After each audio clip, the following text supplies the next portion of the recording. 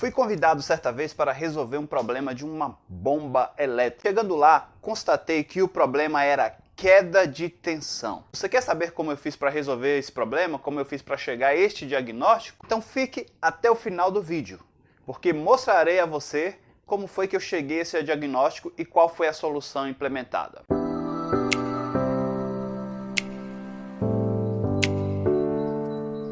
Seja bem-vindo ao Portal da Elétrica. Eu sou Cleito Moreira, sou técnico de elétrica e hoje falaremos sobre queda de tensão. Existe uma anomalia que acontece dentro de um sistema elétrico, ponto em que todo estudante de elétrica precisa estar atento. Antes de mostrar para você na prática, eu quero mostrar para você na teoria, porque eu costumo dizer que a prática e a teoria é como uma águia de duas asas. Sem uma asa, ela não vai conseguir fazer o seu voo direito. Ela precisa das duas asas. Não existe teoria sem prática, como não existe prática também sem teoria.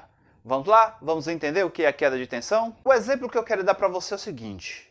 Imagine uma caixa d'água a 15 metros de altura da fonte.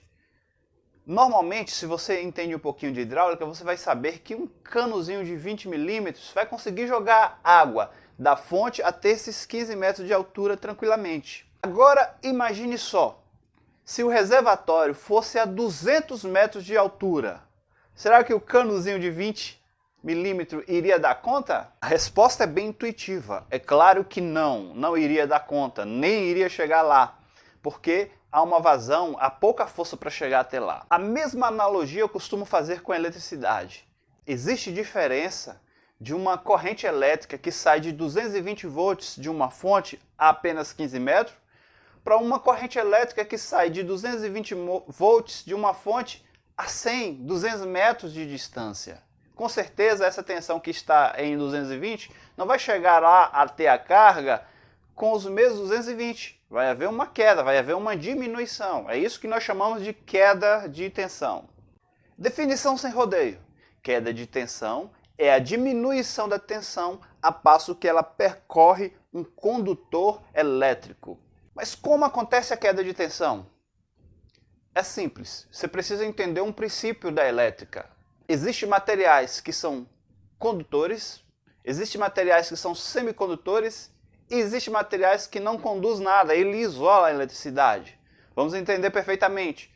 O cobre, ele é um bom condutor. Mas se eu pegar uma fita isolante, que não é um material condutor, ele é um material isolante, ele vai inibir a presença com o contato da eletricidade. Quando os estudiosos chegaram à conclusão de que iria produzir cabinhos elétricos a partir do cobre, eles chegaram a partir de alguns estudos. Eles estudaram determinados tipos de materiais e começaram a entender quais materiais teriam a menor resistência à passagem da elétrica. Porque você precisa entender, todo material, apesar dele ser um bom condutor, mesmo assim ele tem uma leve resistência à passagem da eletricidade. Então os estudiosos começaram a testar alguns materiais. Eles perceberam, por exemplo, que o alumínio ele tem 0,028 de resistência à passagem da eletricidade. Depois eles estudaram também o cobre. Eles observaram que o cobre tem 0,017 de resistência ohmica à passagem da eletricidade. Eles foram procurando então materiais que fossem diminuindo mais ainda. E eles chegaram então à prata. A prata tem 0,016 de resistência ohmica à eletricidade. Agora pensa uma coisa, gente. Já pensou se todos os condutores elétricos fossem feitos de prata? Se já tem roubo com o cobre, imagine a prata, não é verdade? Então eles concluíram que o cobre era um material aceitável, com uma resistência considerável. Mas lembrando, tem resistência sim. Mas por que trazer a questão da resistividade do material? Porque é aí que está o jogo. A queda de tensão ela é feita com base em cima da resistividade do material. A passo que essa resistividade vai aumentando o caminho, sendo mais longo, por exemplo, 50, 100, 200 metros, maior vai ser a resistência por causa da resistividade. A 5410, ela admite uma queda de tensão possível. No sistema monofásico de 127 ou 220, a queda de tensão aceitável é de 3%.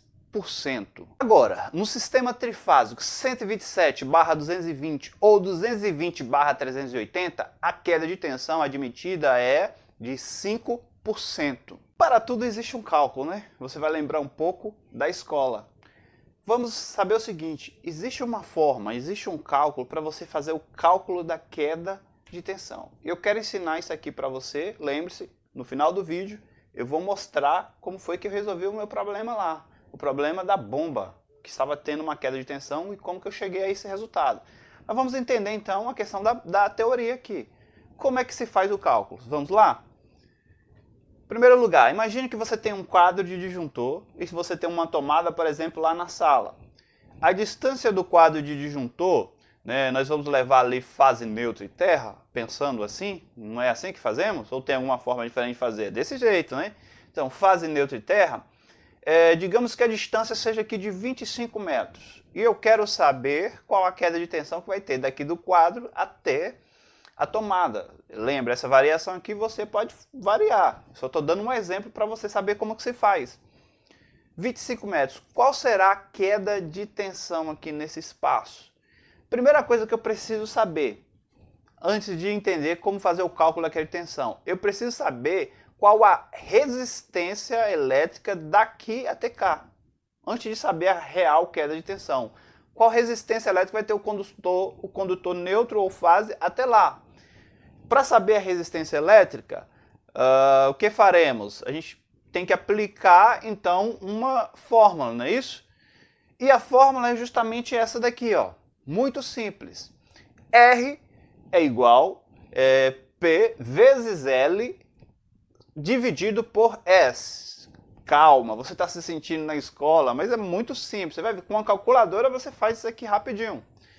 Veja, quem é R nessa fórmula aqui? R é o que nós estamos querendo saber, a resistência elétrica. Então, resistência elétrica, que nós não sabemos ainda o valor, vai ser igual a P.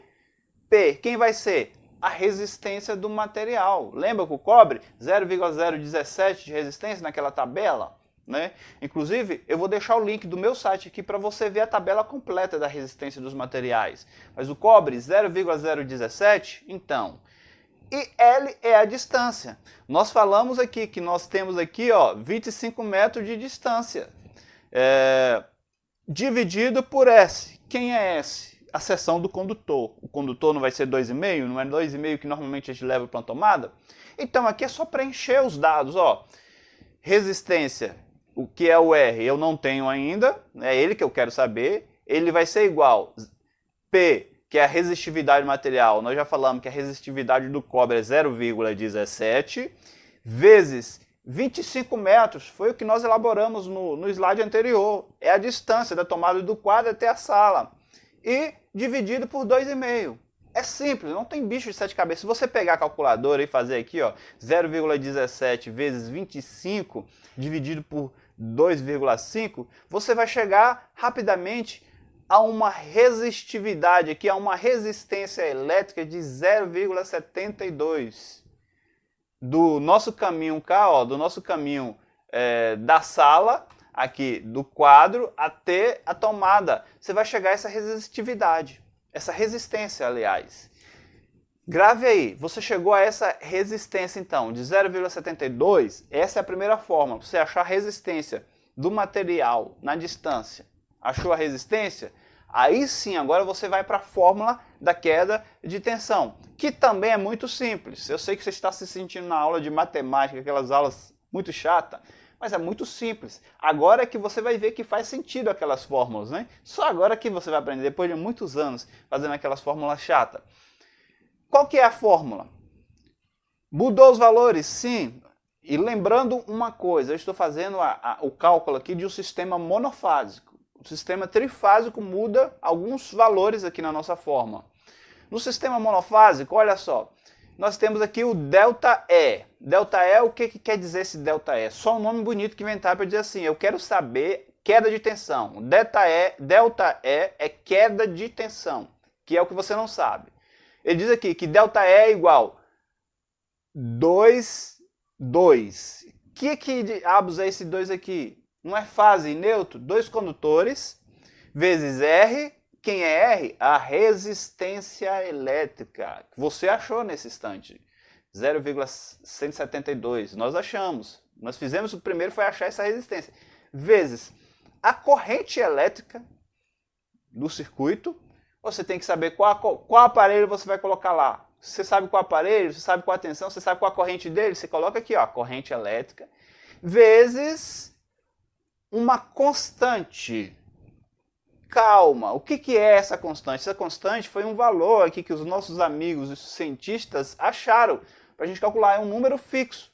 E você vai entender, ó. Então vamos lá. Coisas que estão no seu dia a dia, não vai bugar a sua cabeça. Vamos lá. Se você pega aqui, ΔE é a resistência, a queda de tensão que você quer saber. 2, vai continuar 2 aqui embaixo, nós estamos só substituindo os valores.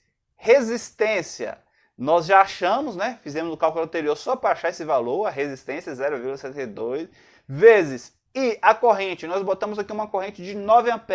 Suponha que aquela tomada lá vai alimentar um aparelho de 9 A, vezes 0,8. 0,8 nunca vai mudar, sempre vai ser esse número aqui para o cálculo monofásico. A corrente vai depender do aparelho. E o 0,72 foi o que nós achamos naquele cálculo. Ou seja, essa fórmula aqui em cima você vai substituir. Você vai pegar uma calculadora e vai multiplicar 2 vezes 0,172 vezes 9 vezes 0,8. Você vai chegar aqui, ó, ΔE, ou seja, queda de tensão, é igual a 2,47 volts. Só isso que vai cair na tensão. É aceitável? Sim, é aceitável. Caiu só 2 volts, quase 2,5 volts? Sim, é uma queda considerável. O aparelho suporta, não é verdade? O aparelho suporta sim. Vamos então à minha promessa do início do vídeo. Então eu cheguei no lugar, existia uma bomba, e aquela bomba estava fazendo um som diferente, não estava puxando água. Qual o primeiro teste que eu fiz? Vou tentar ilustrar para você. A bomba, eu peguei aqui e decapei bem próximo à bomba, tem que ser próximo à carga, bem próximo ao máximo que você puder.